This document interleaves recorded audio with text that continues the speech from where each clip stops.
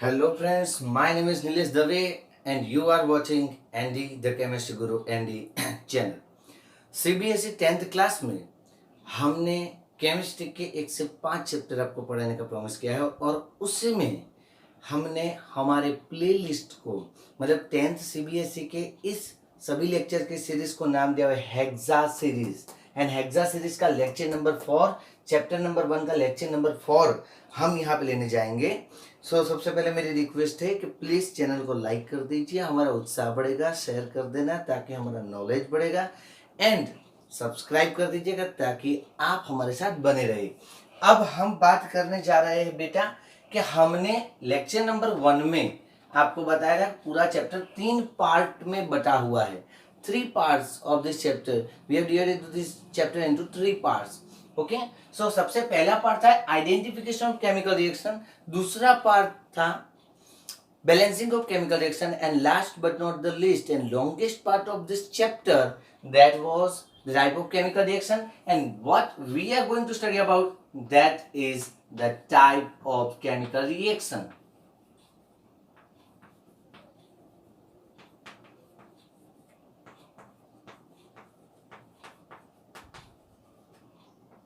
Once a minute, I will check it out that you can properly read it. Yes, of course. Now, the type of chemical reaction.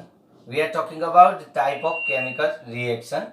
So, उसमें इस chapter में हमें बहुत सारे type of chemical reaction पढ़नी है, पर अच्छा कुछ मैं इधर सीधा ही आपको लिस्ट आउट करके बता देता हूँ ताकि आपको पता चले। इधर इसलिए क्योंकि अभी हम रब कर देंगे। तो सबसे पहली बात हमें कॉम्बिनेशन रिएक्शन पढ़ना है, दूसरी बात हमें डिकम्पोजिशन रिएक्शन पढ़ना है,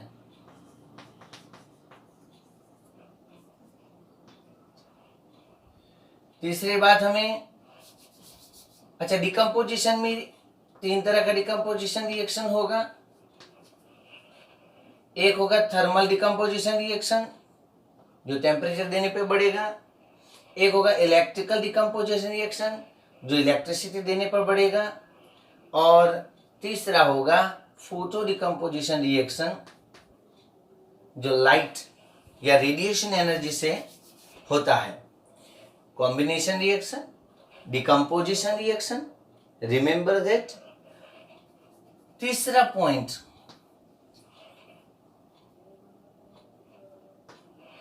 कॉम्बिनेशन डिकम्पोजिशन के बाद आता है डिस्प्लेसमेंट रिएक्शन।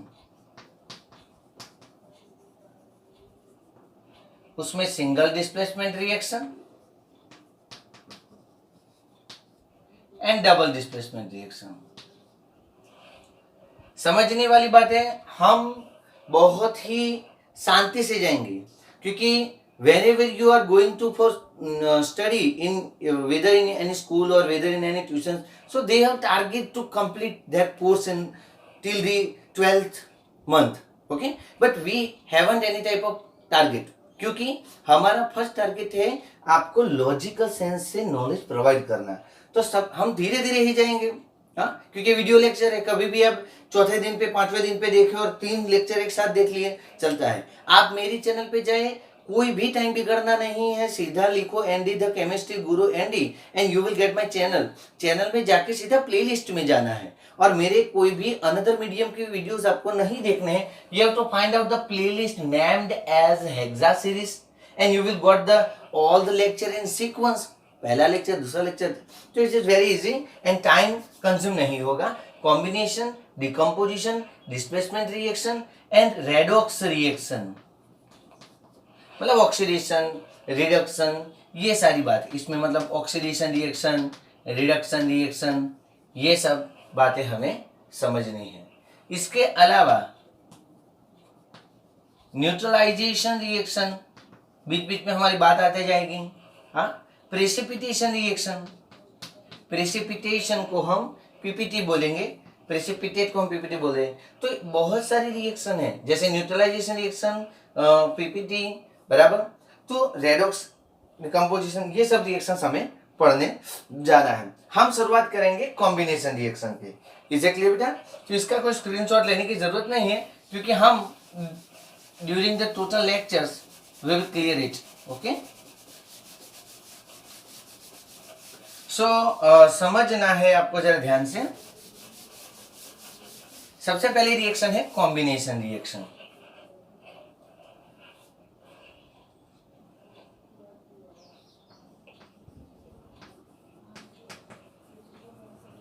बहुत ही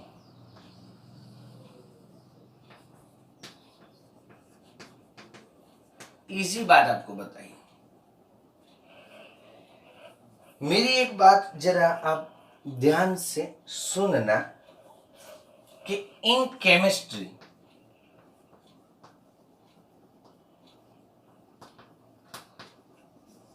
सीक्रेट है, ये secret of chemistry, secret of science, and I am definitely sure you will not or you don't get this type of information from anywhere. In chemistry, formation of bond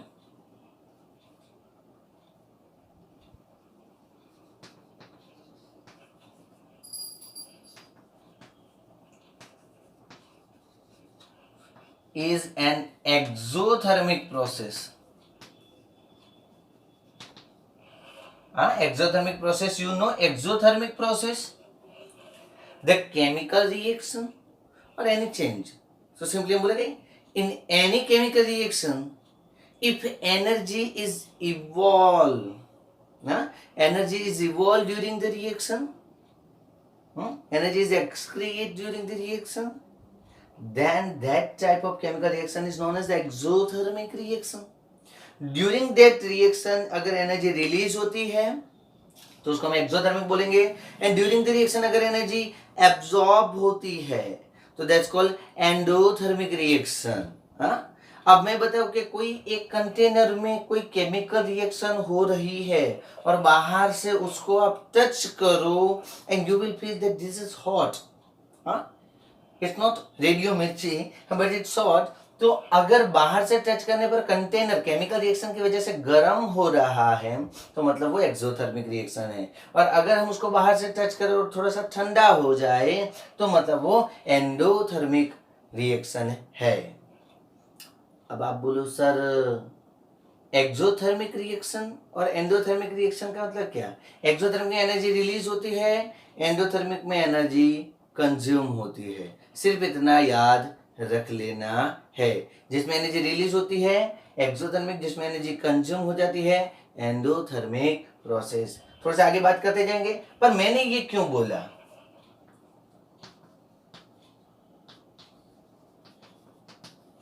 अच्छा, breaking of bond वो endothermic होता है. सो exothermic और endothermic process की बात करें, हमने bond तोड़ने के लिए एनर्जी देनी पड़ती है, टेम्परेचर इंक्रीज करना पड़ता है, और बॉन्ड जब बनता है तो ऑटोमेटिक टेम्परेचर डिक्रीज होता है, एनर्जी रिलीज होती है. याद रखने वाली बात है, क्योंकि कॉम्बिनेशन रिएक्शन का मतलब ये है कि एक से ज्यादा रिएक्टेंट एक दूसरे के साथ जुड़ के सिंगल प्रोडक्ट बनाए, कंबाइन हुए एक दूसरे के साथ, दैट्स कॉल्ड कॉम्बिनेशन रिएक्शन. हमने आपको बताया था कि इस चैप्टर में टोटल जितने भी एक्टिविटीज है तो हम नंबर वाइज एक्टिविटी करते जाएंगे. तो उसी में चौथे नंबर की आपकी एक्टिविटी, अब तक हमने 3 एक्टिविटी की है 3 लेक्चर में.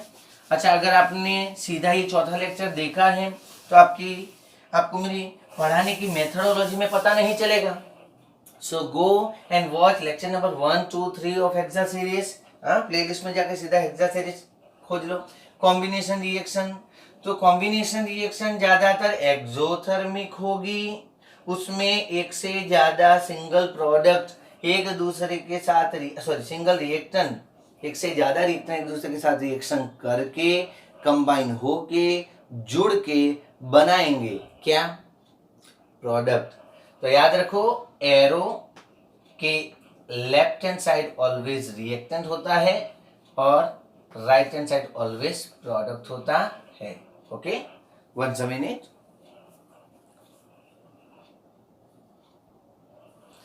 ओके, तो कॉम्बिनेशन रिएक्शन में होने वाला ये है कि जैसे आपको एक्टिविटी नंबर 4 एक्टिविटी नंबर 4 में ऐसा बताया हुआ है, 1.4 वहां पर लिखा है कि कोई कंटेनर लो और वो कंटेनर के अंदर पानी में थोड़ा सा कैल्शियम ऑक्साइड डालो। क्या बोला है? पानी में कैल्शियम ऑक्साइड डालो। अब ये जो कैल्शियम ऑक्साइड है ये क्विक लाइम, क्या बोलेंगे इसको बेटा? Quick lime. तो ये जो क्विक लाइम है उसकी रिएक्शन हमने करवाई वही पानी के साथ, और आपको बोल रहे हैं कि बाहर से कंटेनर को टच करो। You touch that container, have you feel any change in temperature? तो yes of course you will feel that the large amount of energy is released. आपको बाहर से टच करने पर ये गर्म लगेगा। अच्छा, ये CO क्या है? तो पहले के जमाने में, मतलब अभी तो डिस्टेंबल पेंट और वो सब आ गए, तो पहले के जमाने में जब घर की पुताई करनी होती थी, मतलब उसका कलर वर्क करना होता था, व्हाइट वॉशिंग के लिए बाहर से चूना लाते थे। पैक्ड चूना जो लाते थे वो CaO है। याद रखियो, जो पैक्ड चूना लाते थे वो CaO है। उसको पानी के साथ डाले तो वो बन जाता था स्लैक्ड लाइम। क्या बन जाता था बेटा? Slaked lime. अच्छा, ये क्विक लाइम है, ये स्लैक्ड लाइम है, जिसको कैल्शियम हाइड्रोक्साइड भी बोलते हैं। एक्चुअली इस real name is calcium hydroxide, chemical name, और कॉमन नेम है स्लैक्ड लाइम। तो जब एक मटका लेते तो मटके में पानी के अंदर ऐसे क्विक लाइम डाल के उसको पूरा हिला देते थे, तो big amount of energy is release, बहुत ही ज्यादा हॉट हो जाता था, स्लैक्ड लाइम बन जाता है। और वो स्लैक्ड लाइम का ऊपर से पानी लेके, सॉरी, उसका पूरा हिला के रगड़ा लेके डोल में से, और फिर व्हाइट वॉशिंग होता था। अब ये व्हाइट वॉशिंग के लिए जो स्लैक्ड लाइम लगा देता है, उसके बाद आपकी एक्टिविटी, मतलब इधर आपकी एक्टिविटी खत्म है कि पानी के अंदर CO डालो तो स्लैक्ड लाइम बनता है, big amount of heat is released, big amount of heat as a product is release. So that's why इधर ध्यान दो आप, दो रिएक्टेंट एक दूसरे के साथ रिएक्ट होके प्रोडक्ट बना दी सिंगल, और big amount of heat release करी। अच्छा, हीट रिलीज करना नहीं रिलीज करना वो कॉम्बिनेशन का कोई कैरेक्टर नहीं है। कॉम्बिनेशन का कैरेक्टर ये है कि एक से ज्यादा रिएक्टेंट एक दूसरे के साथ कंबाइन होकर सिंगल प्रोडक्ट बनाए। ओके, अच्छा, हमारी बात ये थी कि यहाँ पे ये केमिकल रिएक्शन का एक्टिविटी का मतलब जो इंपॉर्टेंट वो खत्म कि भाई एनर्जी रिलीज होती है। पर अब मैं आपको रियल केमिस्ट्री बताता हूं कि CO + H2 gives us CaOH twice. ऐसा ही CaOH ट्वाइस फिर रिएक्शन करता है CO2 के साथ। कब? जब वॉल पे उसको लगा कि उसको सूखने दिया जाए।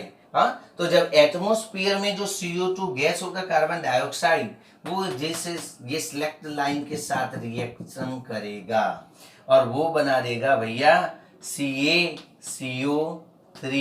And H2O gate released. याद रखने वाली बात है।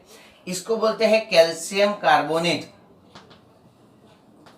कैल्शियम कार्बोनेट, पर याद रखो बेटा इसका दूसरा नाम है मार्बल, लाइमस्टोन। अच्छा, मार्बल बोला हो तो भी यही है, लाइमस्टोन बोला हो तो भी यही है। क्विक लाइम अलग है, लाइमस्टोन अलग है, स्लैग्ड लाइम अलग है।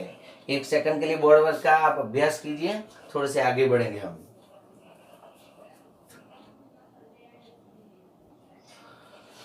ओके फ्रेंड्स, तो अभी हम देखेंगे कि ये एक्टिविटी नंबर 4 में हमने इतनी बात करी। डू यू नो में ये दिया हुआ है, वो भी आपको याद रखना है। नाउ कॉम्बिनेशन रिएक्शन की डेफिनेशन हमने लिख दी है। Single product is formed from more than one reactant. अगर एक से ज्यादा रिएक्टेंट एक दूसरे के साथ रिएक्शन करके कोई एक सिंगल प्रोडक्ट बनाते हैं तो उसको बोलते हैं कॉम्बिनेशन रिएक्शन।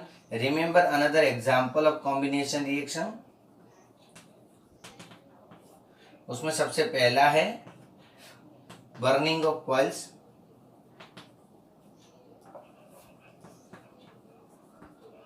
तो जैसे, अच्छा, मैंने आपको आगे भी बोला था, फिर से बोला हो, बर्निंग हो, हीटिंग हो, कंबशन हो, इसका मतलब उसके रिएक्शन किसके साथ?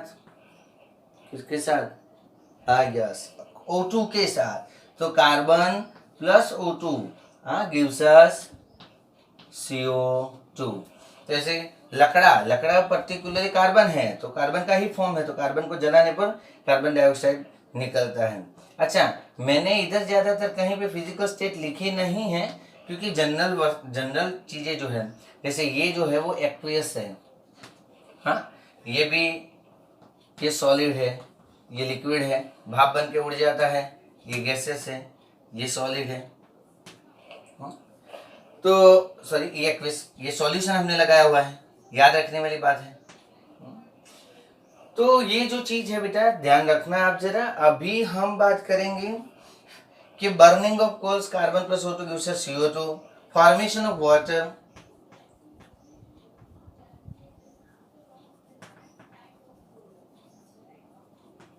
अच्छा, formation of water H2 plus O2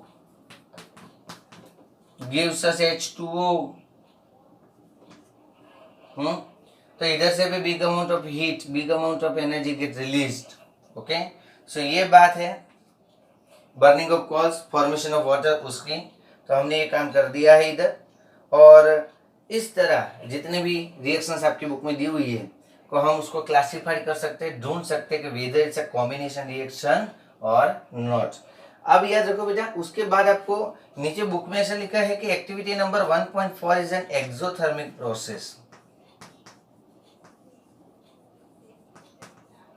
अच्छा, ऐसे और कौन कौन से एक्सोथर्मिक प्रोसेस है वो हम जाएंगे, पर एक सेकंड के लिए आप स्क्रीनशॉट ले लीजिए इसका, और फिर हम आगे जाएंगे। और मैं इधर ये बोर्ड वर्क को गायब कर दूंगा।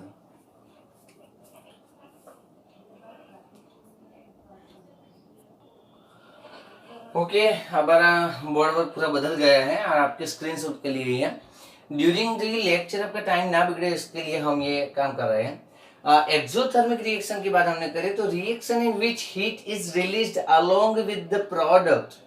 याद रखियो, एक्सोथर्मिक रिएक्शन, तो हम ऐसा बोलेंगे कि कॉम्बिनेशन रिएक्शन में हमें एक और टाइप ऑफ केमिकल रिएक्शन पढ़ाया जा रहा है, एक्सोथर्मिक रिएक्शन।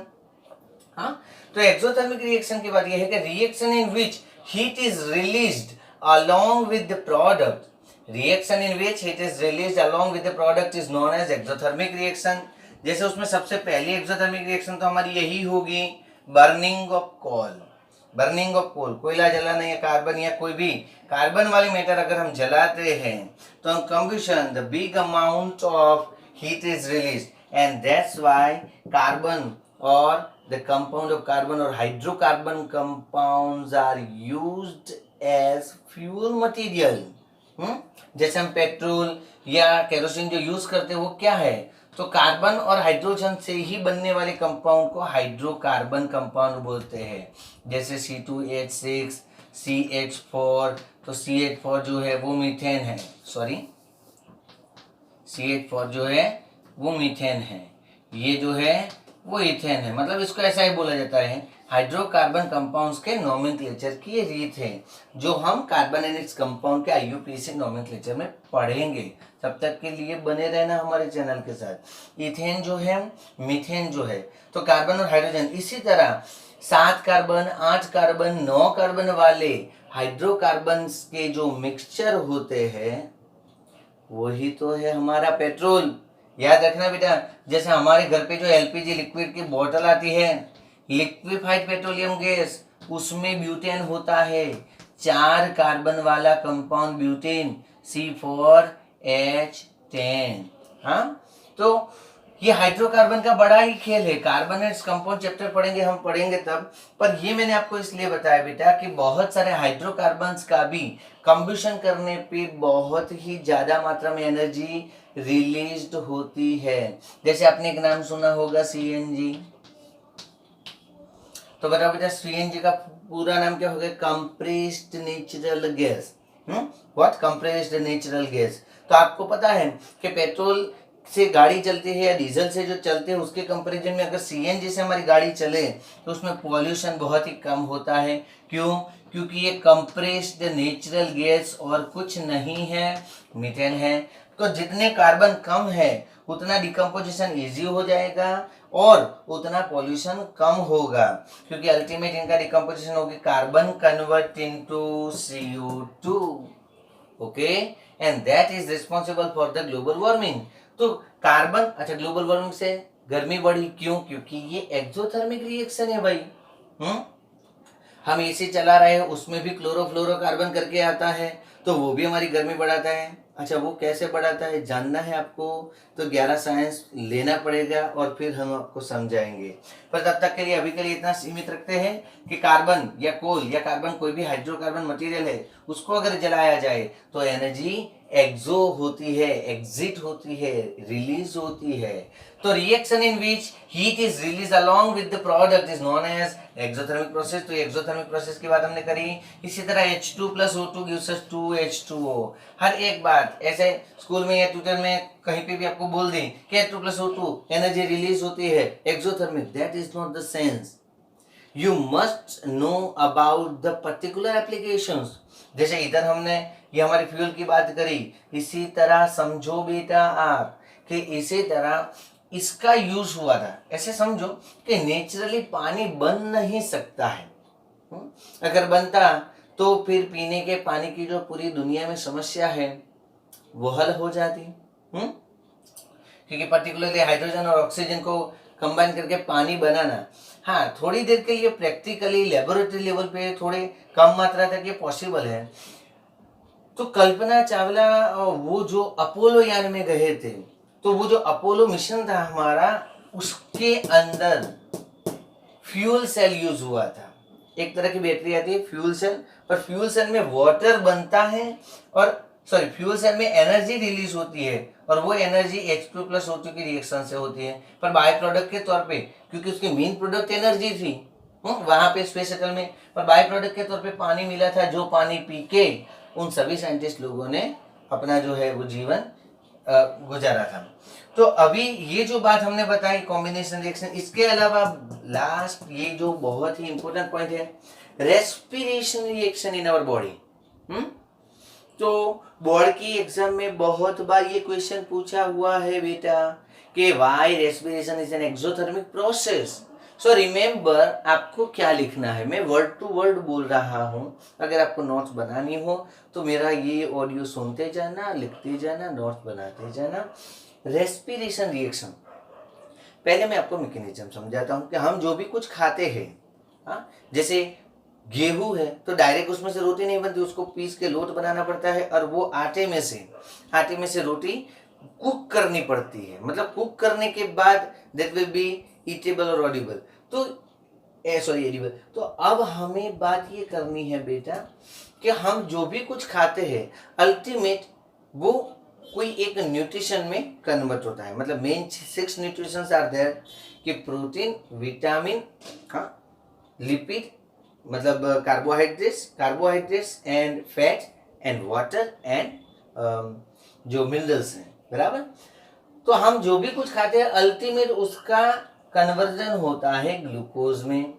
देखो कभी कोई इंसान को मतलब ऐसे वीकनेस आ जाए तो डॉक्टर तुरंत उसको ग्लूकोज की बोतल चढ़ा देते हैं। आप ग्लूकोन डी भी पीते हैं एनर्जी बनाए रखने के लिए, बहुत सारी एडवर्टाइज आती है, आपने देखी होगी। ये जो ग्लूकोज है, अब हम रेस्पिरेशन करते हैं, जैसे हमने इनहेल किया, हमारा सांस जो है वो अंदर गया और फेफड़े के लास्ट में जो ओव्यूल्स आते हैं वहां पे एंड ब्लड कैपिलरीज जो होती है उनके बीच में O2 CO2 की एक्सचेंज हो जाती है। ये O2 हीमोग्लोबिन के ऊपर सवार होके हमारे सेल में जाता है, जहां ऑलरेडी हमने खाया हुआ डाइजेस्टेड फूड मटेरियल्स वहां पे पहुंचा है और वो फूड मटेरियल्स के साथ ऑक्सीजन रिएक्शन करेगा।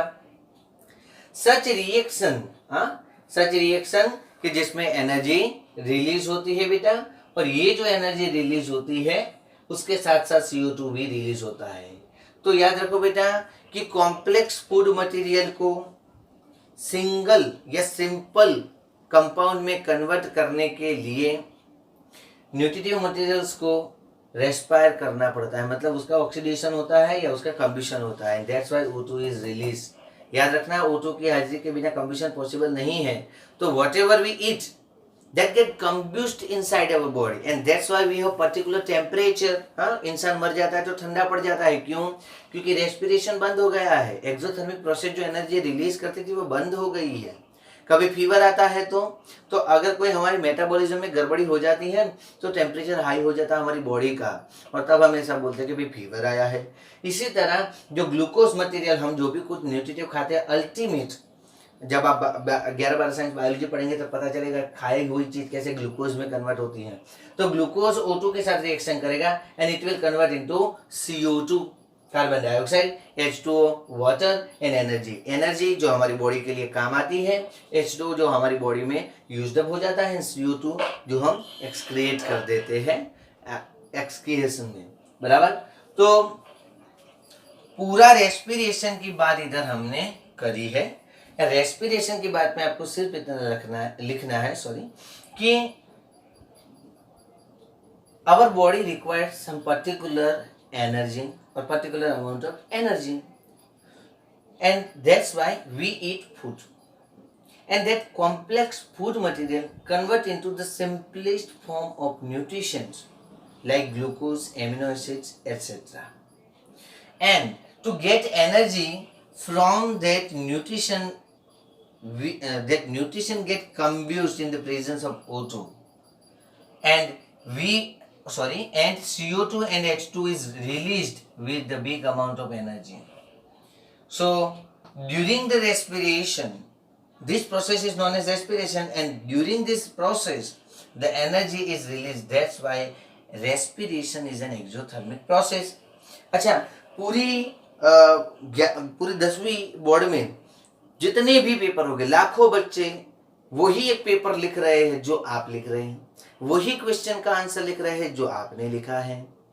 तो how will you differ from the other students? So बेटा मेरी बात ये याद रखना आप कि डू डिफरेंट। अगर नंबर 1 होना है तो डू डिफरेंट और do the same thing but in a different way. So एक ही, अब हमारे लिए डिफरेंट करना पॉसिबल है, पेपर में क्वेश्चन तो एक ही सबका, तो हजारों सप्लीमेंट्री चेक करते करते जब जो पेपर का चेकर्स जो है वो आपके पेपर में पहुंचे तो उसको ऐसा क्या लगे कि आपकी इंपैक्ट सीधी उसके ऊपर पड़े। तो याद रखना बेटा, रेस्पिरेशन का डिटेल तो आप लिखेंगे ही, साथ में ये रिएक्शन लिखनी ही है, वेदर इट इज कंपल्सरी और नॉट, हमें कंपल्सरी लिखनी है, सिवाय कि क्वेश्चन 1 मार्क्स का हो, 2 मार्क्स का हो या 3 मार्क्स का हो, आपको लिख ही देना है। बुक में एक पैराग्राफ दिया है, बहुत ही अच्छा है रेस्पिरेशन का, तो वो आप पढ़ लीजिएगा। अभी हम थोड़ा सा आगे जाते हैं। इसी तरह डिकम्पोजिशन ऑफ वेजिटेबल्स मटेरियल, हाँ, वेजिटेबल्स का डिकम्पोजिशन होके कंपोस्ट फर्टिलाइजर्स बनते हैं, तो ये भी एक तरह से क्या है, एक्सोथर्मिक प्रोसेस है। अच्छा, कंफ्यूज मत होना, कॉम्बिनेशन रिएक्शन के ही पार्ट में राइट हैंड साइड के पेज में 1.4 एक्टिविटी, जो पहले 2 एग्जांपल है, बर्निंग ऑफ कोल और उसके बाद ये लिखा हुआ है, तो ये सब कॉम्बिनेशन रिएक्शन ही है, ऐसा नहीं माना जैसे ये कॉम्बिनेशन है, ये कॉम्बिनेशन है, हाँ, पर जैसे ये जो है, हाँ, वो सिर्फ कॉम्बिनेशन है ऐसा नहीं बोल सकते हैं, क्योंकि ग्लूकोज का डिकम्पोजिशन हो रहा है, जैसे O2 का इधर कार्बन के साथ कॉम्बिनेशन हो रहा है, तो अलग अलग चीजें हैं। डिकम्पोजिशन वेजिटेबल्स मटेरियल, तो ये तो ऑलरेडी डिकम्पोजिशन रिएक्शन ही है, पर ये इधर जो सेक्शन में पढ़ाया है वो एक्सोथर्मिक के सेंस में पढ़ाया है। ठीक है बेटा, अब हमारी दूसरी रिएक्शन है डिकम्पोजिशन रिएक्शन, उसके बारे में आगे बात करने जाते हैं। बोर्ड वर्क का जरा अभ्यास कर लो आप। ओके, तो हम अभी डिकम्पोजिशन रिएक्शन में जा रहे हैं। अब डिकम्पोजिशन रिएक्शन का क्या माजरा है आपको देखना है, तो आपको देखना पड़ेगा lecture number 5। Sorry for the time, but आपको लेक्चर नंबर 5 देखना पड़ेगा, और टिल देन तब तक बने रहिए, लाइक करिए, शेयर करिए, सब्सक्राइब करिए, और आपकी जैसे वीडियो को फैला दीजिए, क्योंकि विद्यादान श्रेष्ठ दान है। हमारा टारगेट है ज्यादा से ज्यादा बच्चों तक पहुंचना और उसके लिए स्टडी तैयार करना। सिर्फ इधर CBSE का आपको ये जो चैप्टर है वही क्लियर नहीं करवाया जाएगा, आपको एक्सरसाइज भी हम क्लियर करवाएंगे। जी हाँ, आपने सही सुना है, आपको एक्सरसाइज भी हम स्टडी करवाएंगे, क्लियर करवाएंगे, ताकि आप जो क्वेश्चन में छुपे हुए लॉजिक को ढूंढ सके। और उसके अलावा भी मैंने डिस्क्रिप्शन में 10th CBSE के व्हाट्सएप ग्रुप में जुड़ने के लिए लिंक दे दी है, तो अभी जाइए वहां पर से हमारा व्हाट्सएप ग्रुप ज्वाइन कर दीजिए, ताकि आपको मैं एक्स्ट्रा ऑर्डिनरी वर्कशीट दे सकूं। ठीक है, तब तक के लिए बने रहिए ND the chemistry Guru ND के साथ।